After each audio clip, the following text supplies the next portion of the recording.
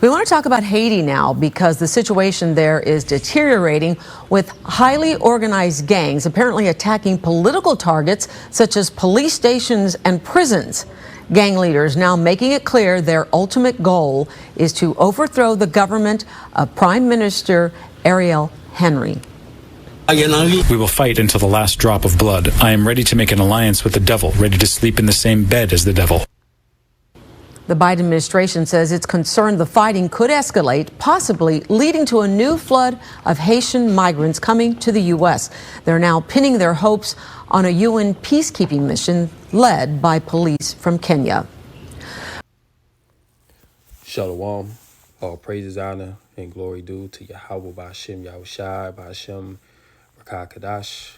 Double honors to the apostles, elders, and bishops of the Great Millstone. Shalom to the hopefully elect.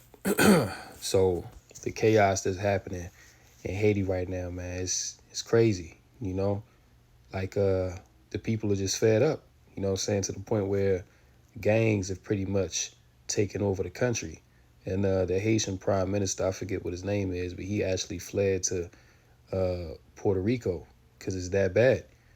And also what you have going on out there, you know, women are, becoming spoils, you know, for these particular gangs. They've actually rounded up Edomites that were in Haiti and, were pretty much threatening them that they gonna cook him and eat him. You see, so out there in Haiti, it's complete lawlessness.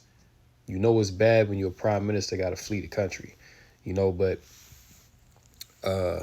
this is pretty much a coup d'etat that's happening out there. And Haiti is a very corrupt government, man. You know, one of the most corrupt governments in the Caribbean.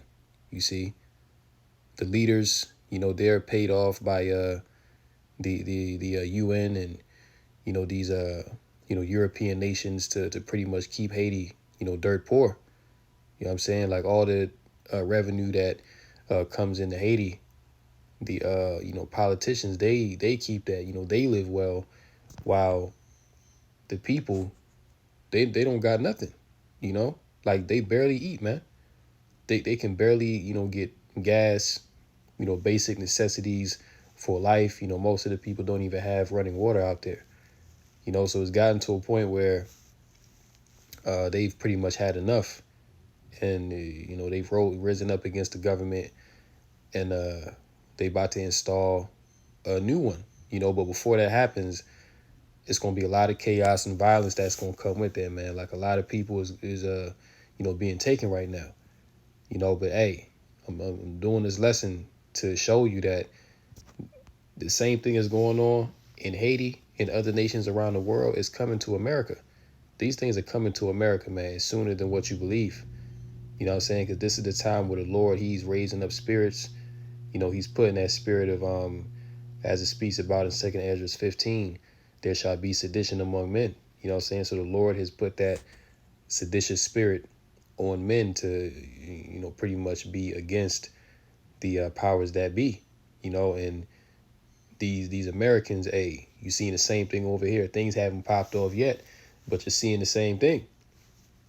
Okay, you have all these white, you know, right-wing Edomites that are ready to take up arms and go against the leaders of the American government because they see what's going on with the border. They see that inflation is, you know, being increased on purpose. You know what I'm saying? These ongoing wars, all this money. Matter of fact, I think Biden, he just sent what, like 70 or 170 billion or Slocky. It might be like 700 million to Ukraine for arms. And if you've been paying attention to Ukraine, then you know that that's a failure. Anybody that they send out to Ukraine, they just straight up dying. Like Russia is running through Ukraine, man. But they keep wanting to send taxpayer money to fund this war, you know, printing up all this money to the point where the US dollar is pretty much worthless. You know what I'm saying? Like it still has some buying power right now, but it's not going to last for long, man. Like they can't keep printing all this money. They can't keep funding all these wars and expecting America to be intact. But again, this is deliberate. You know, this is deliberately being done to tank America, to cause fear, so that people will beg for a new system. You know, this is exactly what's going on. But look, man, the Lord is shaking things up in the earth, and we're in some very dangerous times. You know what I'm saying? Like I just did the lesson last night, you have pretty much all these sanctuary cities in America that are being plagued by crime. And that crime is directly correlated to these so-called migrants that are coming over the border. All right, which we know a lot of them are, paid agent provocateurs of chaos. You know, it speaks about in 2nd Ezra 15 that the city shall be troubled. You see, so the Lord is the one that's doing this, man. Like, because this is the time for these, heathen nations to be taken down. You know, that this is basically the end of this current world and the beginning of the new one. You see, and this place is going to go out by violence. So let's get some precepts. 2nd Ezra 9 in verse 1. He answered me then and said, measure thou the time diligently in itself, and when thou seest part of the signs past, which I have told thee before, then shalt thou understand that it is the very same time wherein the highest will begin to visit the world which he made. Therefore, when there shall be seen earthquakes and uproars of the people in the world, then shalt thou well understand that the Most High spake of those things from the days that were before thee, even from the beginning. For like as all that is made in the world hath a beginning and an end, and the end is manifest. You see, so the end is manifest, man, and we're seeing earthquakes happen all over the place. We're seeing uproars, seditions among the people. People are unhappy. Going back to Proverbs 29:2, when the wicked bear rule, the people mourn. All right, so with Esau in rulership, the whole of the earth is mourning. And out there in Haiti, you have black faces that preside over the government, Salakia, but who's really running Haiti behind the scenes? Who's really pulling the strings on Haiti behind the scenes, man? Like remember, I think it was it's probably like 2022, but I forget his name, but the prime minister of Haiti in 2022, he was taken out because he wasn't trying to push the juice on the Haitian people. So they went in there in a midnight raid and took him out. It was pretty much an inside job. Then they put this new guy in there, and he had to flee the country. But since he came in, Haiti has gotten much, much worse. Under the other guy, Haiti was kind of getting a little better. More jobs are being created, opportunities were going up. But since this guy came in, it was a complete change. But he was installed. He's pretty much a puppet leader. And he was pretty much tanking Haiti, man. Making it worse than what it already was.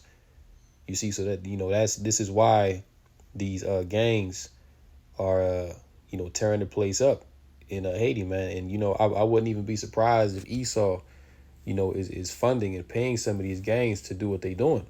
You see, so that they can implement that new government in Haiti that's going to be a digital technocracy. You know what I'm saying? Because we know how this devil get down. He funds both sides. You see? So we can't be ignorant of Satan's devices. But the point is, all these uproars of the people, all these things that we're seeing is manifesting the end. All right? Let's go to second Psalms chapter 96. Because ultimately Yahweh Bashem Yahushai is the one that's bringing this upon the earth. You know what I'm saying? And this is for the hopefully elect, for us to look at these things and see, to know where we're at in prophecy, and to know that, the Lord is returning very soon. But this is Psalms chapter 96 and verse 4. For the Lord is great and greatly to be praised. He is to be feared above all gods. You see that? So the Lord, Yahweh Bashem Yahushai, all right?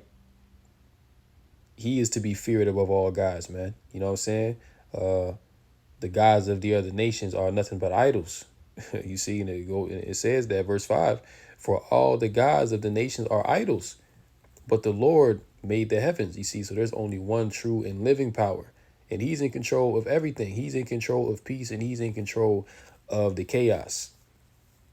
You see, which really this chaos that's happening is really the judgment from Yahweh Bashem Yahushai, man. Because, we see that World War III is pretty much already on and popping.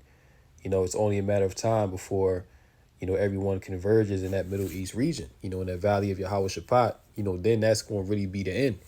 But before that happens, we know that the MOTB has to come. Jacob's trouble has to come, which we're in the midst of that right now. You see? So we're rapidly coming towards the end of this world. We can close out here. Isaiah chapter 24:1. It says, "Behold, the Lord maketh the earth empty and maketh it waste, and turneth it upside down and scattereth abroad the inhabitants thereof. And it shall be as with the people, so with the priests, as with the servant, so with his master, as with the maid, so with her mistress, as with the buyer, so with the seller, as with the lender, so with the borrower, as with the taker of usury, so with the giver of usury to him." So this, these times are pretty much going to touch everybody. You know what I'm saying? Like, the only ones that really aren't going to be affected by the chaos that's going to come on the earth are the top elites, because they're going to be inside the bunkers. They're going to be preserved. They're not going to be touched by the nukes and the violence is going to be happening in the streets. They're going to be on some remote island somewhere far away from civilization. You know what I'm saying? But the Lord put the spirit on them to do that so that they can be preserved to be the first fruits of slavery. Because when Yahweh Shah come back, he going to dig them devils out them bunkers and they going straight in the chains. You see? But other than them, this thing is going to touch everybody, man. Verse 3, "The land shall be utterly empty and utterly spoiled. For the Lord has spoken his word. The earth mourneth and fadeth away. The world languisheth and fadeth away. The haughty people of the earth do languish." Verse 5, "The earth is defiled under the inhabitants thereof, because they have transgressed the laws, changed the ordinance, broken the everlasting covenant." You see that? So because people are basically wicked as hell, they don't fear Yahweh Basham Shai, these plagues are coming upon the earth and afflicting people. Verse 6, "Therefore hath the curse devoured the earth, and they that dwell therein are desolate. Therefore the inhabitants of the earth are burned, and few men left." Verse 7, "The new wine mourneth, the vine languisheth, and all the merry-hearted do sigh. The mirth of tabrets ceaseth, the noise of them that rejoice endeth. The joy of the harp ceases." So you see, this is the time that we're in. This is the time of sorrows and great mournings. It says that in Matthew 24, the beginning of sorrows. It talks about that in 2nd Ezra 16, the beginning of sorrows and great mournings as well. You see what I'm saying? So all around the earth, you seeing, just violence and chaos pop off to an unprecedented degree. You know what I'm saying? And hey, like I say, it's only a matter of time before these things come to America. So with that, I'm going to go ahead and close out here. Hopefully this was edifying through the Rakakadash. And until next time, Lord willing, shalom to the elect.